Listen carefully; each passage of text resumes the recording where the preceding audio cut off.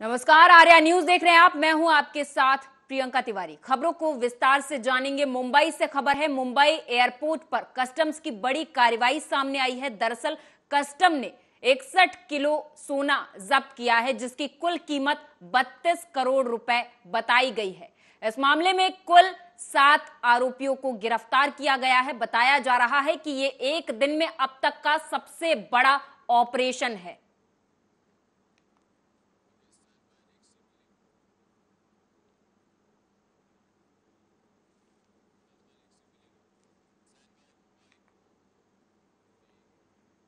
उद्धव गुट के सांसद गजानन कीर्तिकर के शिंदे गुट में प्रवेश करने के बाद उनके पुत्र अमोल कीर्तिकर ने उद्धव गुट में ही रहने का निर्णय लिया है। अपने इस निर्णय को लेकर अमोल ने क्या कहा, वो आपको सुनाएंगे। उद्धव साहेब आणि आदित्य साहेबांच्या नेतृत्वामध्ये काम करतो, आजही करतो आणि भविष्यात करत राहणार। आज अनेक दिवसानंतर राऊत साहेबांची भेट घेण्याचा योग आला आणि कालपासून सर्व इलेक्ट्रॉनिक मीडिया मला म्हणते की आपण बोलायला पाहिजे, परंतु माझं असं मत होतं आणि काल सगळ्यांना सांगितलं की राऊत साहेबांसारखा नेता जेव्हा माझ्यासोबत असेल त्यावेळेला मी तुमच्याशी बोलीन। आणि माझं मत त्याबद्दल मी सांगितलेलं आहे की गजानन कीर्तिकर यांनी घेतलेला निर्णय हा त्यांचा वैयक्तिक निर्णय आहे। संत नगर बुल्ढाणा में भारत जोड़ो यात्रा के लिए जोरदार तैयारियां की गई। राहुल गांधी के स्वागत के लिए सभी कार्यकर्ता जुटे हुए हैं। बता दें कि भारत जोड़ो यात्रा के दौरान 18 नवंबर को राहुल गांधी एक जनसभा को भी संबोधित करेंगे।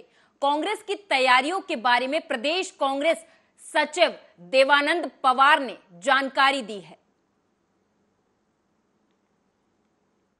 माननीय राहुलजी गांधी कन्याकुमारी ते काश्मीरपर्यंत जी यात्रा घेऊन निघालेली आहे, ती यात्रा या शेगावमध्ये 18 तारखेला दाखल होणार आहे। आणि या ठिकाणी एक भव्य दिव्य असं एक मोठ्या सभेचं आयोजन इथं करण्यात आलेलं आहे। आणि या सभेमध्ये जवळपास 5 लाख लोक वेगवेगळ्या भागातून संपूर्ण राज्यातून इथं जमा होतील अशी तयारी या ठिकाणी झालेली आहे। जे पोलीस प्रशासन आहे, ज्यांना परवानगी देतील तेवढेच लोक त्या ठिकाणी जातील, कारण दर्शनाला तर राहुल गांधी जाणारच आहे। हे पवित्र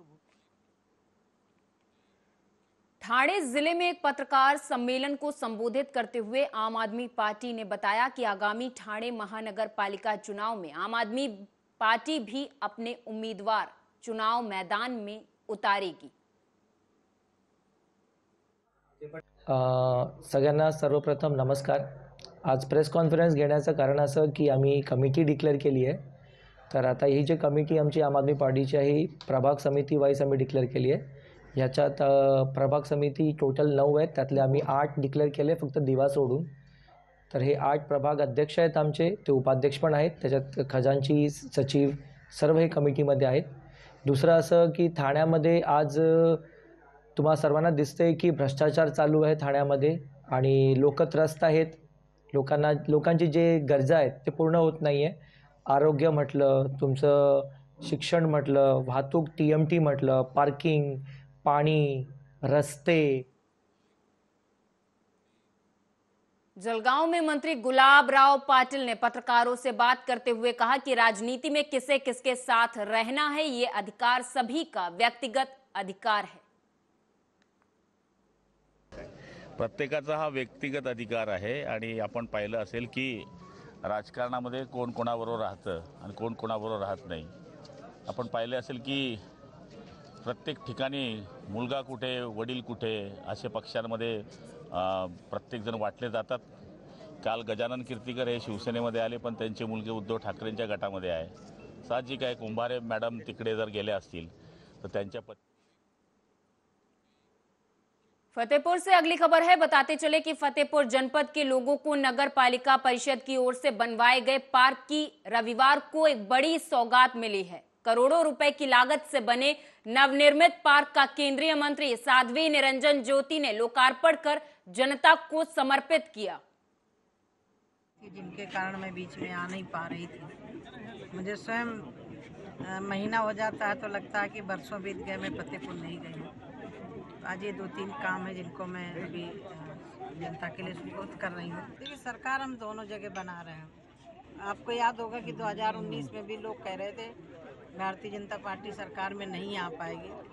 और मुझे लग रहा है कि हम 2014 से 19 में अकेले यानी गठबंधन छोड़ करके 303 सीटें लेकर के आए थे, तो आकलन अलग अलग है। हम छत्तीसगढ़ के सीएम भूपेश बघेल ने एक बार फिर से रमन सिंह पर हमला बोला है। सीएम बघेल ने पूर्व सीएम पर हमला बोलते हुए कहा कि गढ़मुक्तेश्वर का रिजॉर्ट किसका है, रमन सिंह पहले ये बताएं। अब रमन सिंह जी को दौरा करने से तो रोक दिए हैं, वो केवल सोशल मीडिया में सक्रिय रहते हैं और रोज़ कुछ न कुछ इस प्रकार से एक बयान दे देते हैं। लेकिन रमन सिंह जी से मैं कुछ सवाल पूछना चाहता हूँ कि 10 साल से कम समय में उसकी जो संपत्ति, उसके बेटे की संपत्ति 1500 गुना कैसे बढ़ा, उसका जवाब दे। दूसरी बात यह है कि गढ़मुक्तेश्वर में रिसोर्ट है, उत्तराखंड में वो किसका है वो बताएं। और नान घोटाले में जो कहते हैं कि सीएम जो है वो चिंतामणि है, तो सीएम मैडम कौन है? और यदि चिंतामणि है तो रमन सिंह ये बताए कि उसको आरोपी क्यों नहीं बनाया गया।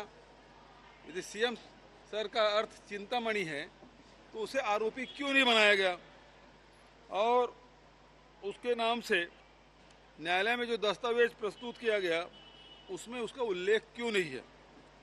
चीट फंड कंपनी में जो घोटाले हुए लगभग अब 6-6.5 करोड़ का है। एमपी के गृह मंत्री नरोत्तम मिश्रा ने प्रेस वार्ता की। इस दौरान गृह मंत्री नरोत्तम मिश्रा ने क्या कहा वो आपको सुनाएंगे। कभी गए हो मंदिर मस्जिद तो उस दृष्टि से तो समझ में आए, चुनाव की दृष्टि से मंदिर मस्जिद जाते हैं तो भगते भगते जाते हैं। सर हो सजदे में मगर दिल में हो दुनिया का ख्याल, ऐसे तो वो मंदिर जाते हैं, चुनावी हिंदू हैं। महाकाल लोक पे जाके देखें कितना रोजगार मिला है। बाकी के ओंकारेश्वर पे जाएं, मैयर माता पे जाएं, पीताम्बरा पीठ पे जाएं, देखें कितने लोगों को, माली को रोजगार, फूल वालों को, पत्ते वालों को, चाय वालों को, कचौरी वालों को कितना रोजगार मिला है। इनको ये समझ में नहीं आएगा कमलनाथ जी दरअसल सोने का चम्मच मुंह में लेके पैदा हुए, और इनको क्या गरीब का दर्द मालूम होगा। जाके पाए ना फटी बिमाई, सो का जाने पीर पर आई। राहुल जी की यात्रा दरअसल इस छोर से प्रारंभ करने के पहले उन्होंने एक विषय उठाया था राजस्थान यात्रा में, हिंदू और हिंदुत्व पर सवाल उठाए थे। उसके बाद की आप श्रृंखला देखें तो सलमान खुर्शीद जी ने एक आतंकी संगठन से हिंदुओं की तुलना कर दी। जो पाटिल जी हैं, उन पाटिल जी को गीता के अंदर जिहादी समझ में आने लगे। उनके जो राष्ट्रीय अध्यक्ष बने उन्होंने सनातन पर, धर्म पर सवाल उठा दिए। अब जो उनके कर्नाटक के अध्यक्ष हैं कांग्रेस पार्टी के सतीश जारकिहोली जी, उन्होंने भी हिंदू के शब्द की व्याख्या कर दी है। दरअसल इनका उद्देश्य भारत जोड़ो नहीं है, भारत तोड़ो है। और जब तक हिंदुत्व शब्द है तब तक ये जातियों में बांट नहीं सकते उसे, क्योंकि आखिर में उसके नाम पे सब एक हो जाते हैं। और इसलिए प्रारंभ के दिन से ही, यात्रा प्रारंभ होने के बाद मैंने सीरीज आपको गिनाई, आप कहेंगे तो और गिना दूंगा।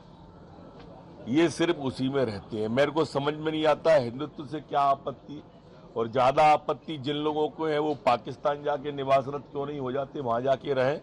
किसने रोका है? वैसे भी वहां किसी नए की जरूरत है। अभी हालात बहुत। धर्मनगरी हरिद्वार में डेंगू का प्रकोप लगातार जारी है। अभी तक जिले में डेंगू से पीड़ित लोगों का आंकड़ा 213 पहुंच गया है। बावजूद इसके स्वास्थ्य विभाग डेंगू पर लगाम लगाने में नाकामयाब साबित हो रहा है। खासकर ग्रामीण इलाकों में डेंगू से पीड़ित लोगों की मौतें भी हो रही। लक्सर तहसील के बसेड़ी खादर में भी सैकड़ों लोग डेंगू से पीड़ित हैं। और गांव के 4 लोग अपनी जान भी गंवा चुके हैं। हरिद्वार के जिलाधिकारी विनय शंकर पांडे ने दावा किया है कि जल्द ही स्थिति नियंत्रण में आ जाएगी। उन्होंने बताया कि हरिद्वार के ग्रामीण क्षेत्रों में डेंगू के ज्यादा मामले सामने आ रहे हैं। ऐसा नहीं है, मैं डेली इसका फिगर देख रहा हूँ। हरिद्वार में 213 केसेस रिपोर्ट हुए थे और सबसे बड़ी बात यह है कि 2-3 क्लस्टर्स ग्रामीण क्षेत्रों में निकल कर आए और जहाँ पर भी हम लोगों को इसकी जानकारी मिली वहाँ पर मेडिकल कैंप लगाए गए, सभी लोगों का सामूहिक ब्लड टेस्ट किया गया। साथ ही साथ हमारे जो नवनिर्वाचित ग्राम प्रधान हैं उनको भी बड़े स्पष्ट निर्देश दिए गए हैं कि आपको अगर कोई ज़रूरत हो तो नज़दीक के स्थानीय निकाय से भी आप संपर्क करके वहाँ पर कीटनाशकों का छिड़काव, जहाँ पर पानी रुके हैं वहाँ साफ़ सफाई व्यवस्था करें। इन सब का हम लोग प्रयास कर रहे हैं और लोगों का इलाज भी बेहतर ढंग से करने का प्रयास किया जा रहा है। सपा नेता आजम खान का कैरियर बर्बाद करने के लिए अखिलेश यादव को जिम्मेदार ठहराने वाले अपने बयान पर बसपा नेता इमरान मसूद कायम है।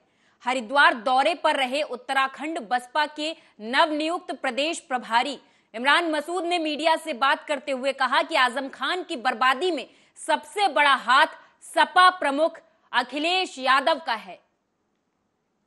मुझे लगता है दिखाई देती है चीजें साफ दिखाई देती हैं। उनके परिवार के ऊपर केस हो जाए तो प्रधानमंत्री से भी मिलेंगे और बात करेंगे। और आजम खान की तबाही और बर्बादी हो गई तो आपकी तरफ से कोई एक्शन नहीं है। आजम साहब को तबाह और बर्बाद करने में सबसे बड़ा हाथ तो उनका ही है। मैं जिम्मेदारी दी थी, उसका निर्वहन करने का काम कर रहे हैं। आए हैं पार्टी के अंदर संगठन को मजबूत करें और उत्तराखंड के अंदर हम लोग 2027 के अंदर अपनी सरकार बनाए, इसी के लिए आज से काम शुरू करें। किस तरह से क्या कुछ खास रणनीति अभी समय देखिए तो अभी एकदम ही तो नहीं। गुजरात चुनाव की रणभेरी बज चुकी है। चुनाव के ऐलान के बाद से ही राज्य में चुनावी सरगर्मियां तेज हो गई हैं। सूबे में पीएम मोदी और अमित शाह के लगातार दौरे ने राज्य को चुनावी रंग में रंग दिया है, तो वहीं आम आदमी पार्टी ने भी चुनाव प्रचार में अपनी पूरी ताकत झोंक दी है। इसी से जुड़ी हमारी ये रिपोर्ट है, आप भी देखिए।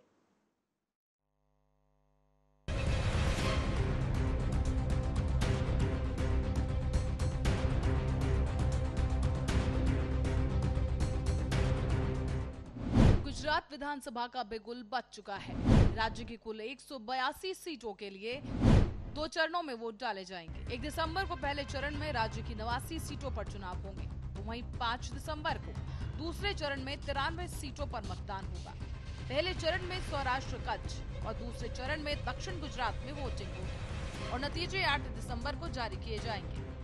चुनावी घोषणा के साथ ही राज्य में चुनाव आचार संहिता भी लागू कर दी गई है। अब गुजरात में अब तक बीजेपी और कांग्रेस के बीच आमने सामने का कड़ा मुकाबला होता रहा है, लेकिन आम आदमी पार्टी के बीच चुनावी मैदान में कूदने से संघर्ष त्रिकोणीय नजर होता आ रहा है। बीते दिनों हुए नगर निगम में चुनावी जीत से उत्साहित आम आदमी पार्टी ने राज्य में विधानसभा की सभी सीटों पर चुनाव लड़ने का ऐलान कर दिया है। चुनाव के ऐलान के बाद से ही बीजेपी और आप में जुबानी जंग भी तेज हो गई। सूरत में जनसभा को संबोधित करते हुए केंद्रीय गृह मंत्री ने कहा कि राज्य को विकसित बनाने के लिए बीजेपी और पीएम मोदी की बड़ी भूमिका है। साथ ही उन्होंने ये भी कह दिया कि किसानों के लिए सरकार ने पहले तो किसान सम्मान निधि योजना लाई, जिससे किसानों को राहत दी जा सके, और कपास के दामों में सरकार ने अन्य सरकारों की तुलना में ज्यादा बढ़ोतरी की है। अब गृह मंत्री ने केजरीवाल पर हमला बोलते हुए कहा कि गुजरात की जनता सपने बेचने वालों को कभी स्वीकार नहीं करेगी। साथ ही गृह मंत्री ने दावा भी किया है कि राज्य में एक बार फिर बीजेपी की ही सरकार बनेगी। नरेंद्र मोदी जी ना नेतृत्व में गुजरातना 20 વર્ષના ગુજરાતની જનતાના વિશ્વાસ અને 20 વર્ષ સુધી ભારતીય જનતા પાર્ટીની સરકારોએ કરેલા વિકાસ એને એક ગતિ આપવાનો પણ દિવસ છે। શિક્ષા હો, સ્વાસ્થ્ય હો, પાણી, पर्यटन, ऊर्जा, कृषि, उद्योग, समाज कल्याण, दरेक क्षेत्रनी अंदर गुजरातनी अंदर एक आदर्श व्यवस्था बनावવાનું કામ આ 20 વર્ષની અંદર થયું છે। અને મોદીજીએ જે પરંપરાની સ્થાપના કરી હતી એને ભૂપેન્દ્રભાઈએ ડબલ એન્જિનની સરકારની કલ્પનાને ચરિતાર્થ કરી અને ઘણી વેગવંતી બનાવી છે અને એના પરિણામો આજે જમીન પર જોવા મળી રહ્યા છે। तो वही कांग्रेस की बात करें तो पिछले 5 सालों में कांग्रेस के 17 विधायक बीजेपी में शामिल हो चुके हैं। साल 2017 के चुनाव में बीजेपी और कांग्रेस के बीच कांटे का मुकाबला था। पहली बार बीजेपी की सीटें 100 से नीचे आई थी। राज्य के 3 युवा चेहरे हार्दिक पटेल, अल्पेश ठाकोर और दलित नेता जिग्नेश मेवाड़ी की तिगड़ी ने कांग्रेस के लिए काम किया था। लेकिन 2022 चुनाव में स्थितियां बदल चुकी हैं। अल्पेश ठाकोर और हार्दिक पटेल बीजेपी के खेमे में जा चुके हैं और कांग्रेस को हराने के दम भर रहे हैं। राज्य में पहले ही कांग्रेस कई गुटों में बची है, तो वहीं कांग्रेस के पास कोई भी बड़ा नेता नहीं है जिसकी लोकप्रियता पूरे राज्य में हो। चुनावी ऐलान के बाद राहुल गांधी के प्रचार करने को लेकर भी संशय बरकरार है। बता दें आपको कि राहुल गांधी इस दिनों भारत जोड़ो यात्रा पर है और भारत जोड़ो यात्रा गुजरात में नहीं जाएगी। मीडिया के सवाल का जवाब देते हुए कांग्रेस नेता राहुल गांधी ने कहा है कि गुजरात में कांग्रेस चुनाव जीतेगी। राज्य में भारी सत्ता विरोधी लहर है। सरकार ने जनता के लिए कुछ काम नहीं किया है। साथ ही केजरीवाल पर भी हमला बोला गया और कहा कि आम आदमी पार्टी का राज्य में कोई आधार नहीं। लड़ाई कांग्रेस और बीजेपी के बीच ही है। गुजरात चुनाव में कांग्रेस पार्टी बहुत इफेक्टिवली लड़ रही है और गुजरात चुनाव को कांग्रेस पार्टी गुजरात में जीतेगी। बहुत भारी एंटी इनकम्बेंसी है और जो आम आदमी पार्टी का है पूरा हवा में है, ग्राउंड पे कुछ नहीं है। But Congress party is a solid party in Gujarat. Congress party is going to win the election there. Aam Aadmi party ने इसुदान गढ़वी को राज्य में सीएम का चेहरा घोषित कर दिया है। अब बता दें कि इसुदान गढ़वी पत्रकार रहे हैं जिसकी उनकी छवि पूरे राज्य में, जिसको आम आदमी पार्टी भूलना चाहती है। इसुद्दीन गढ़वी को सीएम चेहरा बनाने के पीछे एक वजह ये भी हो सकती है कि कांग्रेस और बीजेपी पाटीदारों पर दाव लगा रही है। आपने ओबीसी वोटरों को लुभाने के लिए ऐसा किया है। अब गढ़वी ओबीसी समाज से आते हैं जिनकी राज्य में आबादी तकरीबन 36% है। साथ ही आपने राज्य में सरकार बनने के बाद बिजली फ्री और किसान कर्ज माफ करने का ऐलान कर दिया है। दिल्ली के मुख्यमंत्री अरविंद केजरीवाल ने कहा कि आम आदमी पार्टी राज्य में सरकार बनाएगी। केजरीवाल ने पार्टी की तुलना भगवान श्री कृष्ण से करते हुए कहा कि हमारी पार्टी 10 साल पुरानी पार्टी है, लेकिन 100 साल पुरानी पार्टी यानी कांग्रेस और 40 साल पुरानी पार्टी बीजेपी को हराने की ताकत रखती है। हम राज्य में दोनों पार्टियों को हराकर राज्य में सरकार बनाएंगे। 1.5 साल पहले गुजरात के अंदर 27 बीज भगवान ने बोए थे आम आदमी पार्टी के। वो पेड़ बनने वाला है। गुजरात में आम आदमी पार्टी की सरकार बनने वाली है। इतनी तेजी से दुनिया के इतिहास में किसी पार्टी का विकास नहीं हुआ। कोई पार्टी इतनी तेजी से नहीं बढ़ी। 10 साल पुराना एक बच्चा है, सामने इतने बड़े बड़े, कोई 125 साल पुरानी पार्टी है, कोई पता नहीं कितने साल, और 10 साल का छोटा सा बच्चा है। हमने सुना है ना, श्री कृष्ण जी जब बच्चे थे उनको प्यार से, सम्मान से कान्हा कहते थे। कान्हा। अपने बचपन में कान्हा ने कई बड़े बड़े राक्षसों का वध किया था। यह आम आदमी पार्टी भी छोटी सी पार्टी है, ये भी कान्हा की तरह है, अपने सामने बड़े बड़े राक्षसों के वध कर रहे हैं। इसी बीच गुजरात चुनाव में अब AIMIM के प्रमुख असदुद्दीन ओवैसी की एंट्री हो चुकी है। असदुद्दीन ओवैसी ने आम आदमी पार्टी की तुलना छोटा रिचार्ड से की। उन्होंने कहा है कि जब कोविड शुरू हुआ था तब केजरीवाल ने तबलीगी जमात पर इसे फैलाने का इल्जाम लगा दिया ताकि सबको बदनाम कर सके। मामला कोर्ट में गया तो अदालत ने इसे झूठा करार दिया। साथ ही ओवैसी ने यह भी आरोप लगाया है कि दिल्ली में जब दंगे हो रहे थे तो इंसान हैवान बनकर एक दूसरे को मार रहे थे। इस दौरान दिल्ली के मुख्यमंत्री आखिर कहां थे? वो लोगों के गुस्से को कम करने की जगह राजघाट पर मौन व्रत कर रहे थे। यहाँ पर एक और पार्टी आई है, उसका नाम कोई किसी ने अच्छा रखा, भी मैंने सुना। क्या नाम रखा कि छोटा रिचार्ज उसका नाम रखा गया। यही किसी ने कहा था। किसने कहा? छोटा रिचार्ज। हाँ, छोटा रिचार्ज। अब ये छोटा रिचार्ज का नाम आप पार्टी है। ये छोटा रिचार्ज जो है, जब दिल्ली में पहली कोविड शुरू हुआ था तो उस वक्त तबलीगी जमात पर इल्जाम लगा दिया गया कि इनकी वजह से कोविड फैला। यही छोटा रिचार्ज ने एक इल्जाम लगाया था ताकि बदनाम किया जाए सबको कि इनकी वजह से कोविड फैल गया। मामला कोर्ट में गया तो कोर्ट ने कहा सब झूठा इल्जाम है। ये जो आप पार्टी आई है अब इलेक्शन लड़ने के लिए, पूछिए इनसे, जब दिल्ली में दंगे हो रहे थे, लोग इंसान नहीं बल्कि हैवान बनकर एक दूसरे को मार रहे थे, घरों को जला रहे थे, तो ये दिल्ली का मुख्यमंत्री कहां था? लोगों की गुस्से को कम करने के बजाय वो दिल्ली के राजघाट पर जाकर मौन व्रत बैठ गया। राज्य पूरे चुनावी माहौल में सरोबोर हो चुका है। आरोप प्रत्यारोप का दौर भी शुरू हो गया है। नेता एक दूसरे पर तीखे वार करने से नहीं चूक रहे। तो वहीं बात करें बीजेपी के सामने अपने 27 साल से चली आ रही सत्ता को बचाए रखने की चुनौती है, तो वहीं आम आदमी पार्टी नगर निगम चुनाव में मिली जीत से राज्य में सरकार बनाने का दावा कर रही है। साथ ही राज्य में सत्ता का सूखा झेल रही कांग्रेस को भी इस चुनाव से बड़ी आस है। अब देखना ये होगा कि गुजरात की जनता सत्ता की चाबी किसको देती है और कौन गुजरात का नया सरदार होता है। Special report Aryan.